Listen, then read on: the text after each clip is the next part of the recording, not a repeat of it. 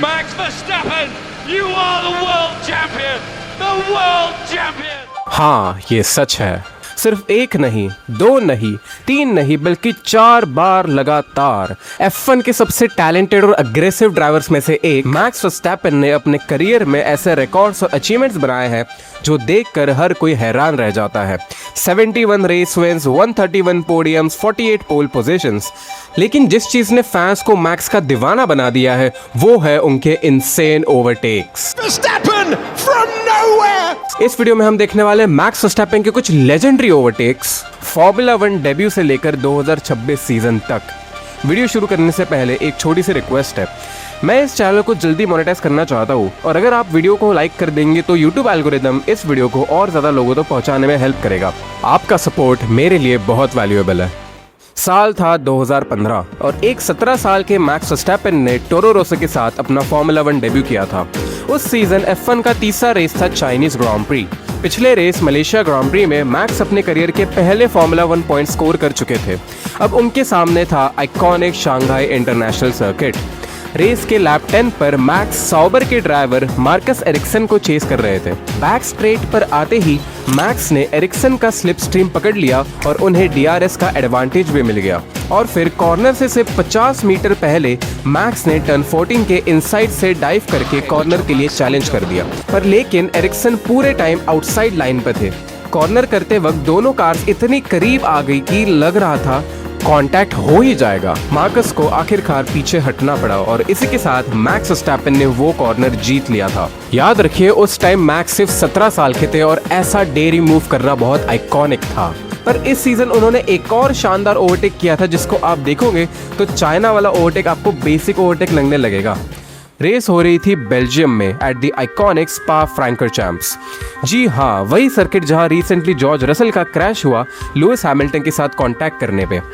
Lap 11 पर Verstappen Felipe नासर को overtake करना चाहते थे। टर्न 17 जिसका नाम ब्लांचीमॉन्ट है, वहां आते आते वर्स्टैपेन ने अपनी स्लिप स्ट्रीम तोड़ी और फेलिपे के साइड बाय साइड आ गए एंड टर्न 17 से लेके 18 तक वो साइड बाय साइड ही थे। पर जब वो कॉर्नर एग्जिट के टाइम ट्रैक से थोड़ा बाहर पुश हो गए तब तो ऐसा लग रहा था कि मैक्स पीछे हट जाएंगे, लेकिन ऐसा बिल्कुल नहीं था। शिकेन आने तक मैक्स ने अपनी इनसाइड लाइन नहीं छोड़ी एंड फेलिपे को तब रियलाइज हो गया कि ये कॉर्नर तो मैक्स ने जीत लिया है। 17 साल के मैक्स कुछ अलग ही मिसाल थे। Now the race is 2016 Brazil.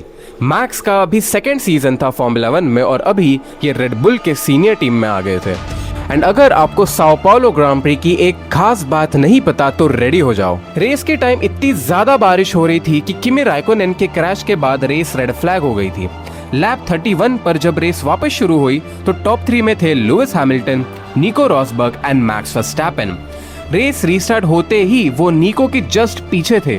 उन्हें पता था कि अगर वो सेम लाइन में चलते रहे तो शायद ओवरटेक नहीं हो पाएगा। पर जब वर्स्टैपेन को रॉसबर्ग स्ट्रगल करते हुए दिखे तब उन्हें अपना मौका मिल गया।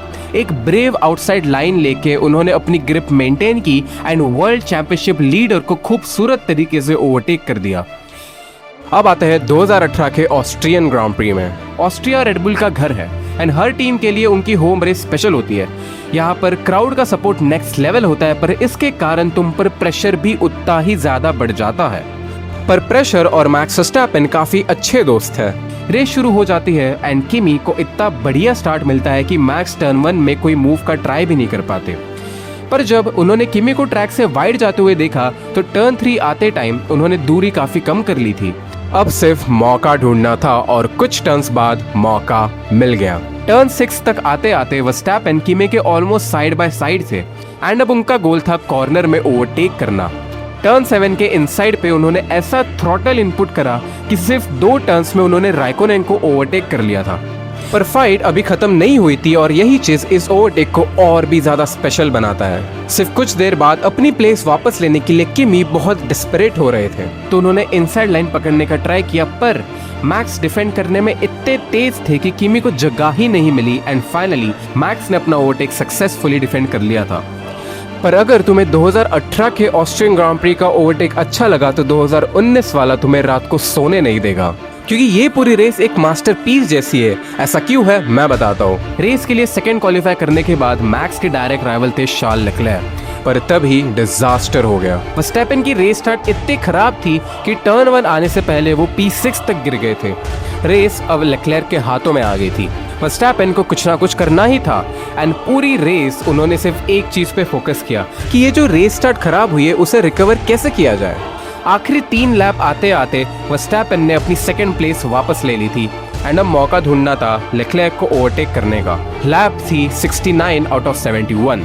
मैक्स और चार्ल्स के बीच आधे सेकंड से भी कम का गैप था और तब टर्न 3 तक आते आते मैक्स के पास DRS भी था और जिस चीज के लिए मैक्स जाने जाते वो उन्होंने इस बार भी की। कॉर्नर आने से पहले ही वो इनसाइड लाइन पे आए और काफी लेट ब्रेक किया, पर चार्ल्स अपनी पोजीशन इतनी आसानी से नहीं देने वाले थे तो उन्होंने भी अग्रेसिवली टर्न किया। इसके कारण दोनों कार्स एक दूसरे में भिड़ गई। लेक्लेयर को ट्रैक छोड़ना पड़ा और तभी मैक्स ने बिना हेजिटेट किए रेस की लीड ले ली और इसी मूव के कारण वो 2019 की ऑस्ट्रियन ग्रांड प्री भी जीत गए।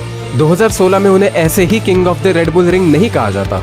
उनकी हिस्ट्री बताती है कि he has always found a good result in Austria. तो ये थे मैक्स वर्स्टैपेन के कुछ खतरनाक ओवरटेक्स। अगर आपको इस वीडियो का पार्ट 2 देखना है तो इस वीडियो को लाइक एंड सब्सक्राइब करें जिससे कि मुझे पता चलेगा कि आपको ये वीडियो पसंद आया। Okay, bye bye.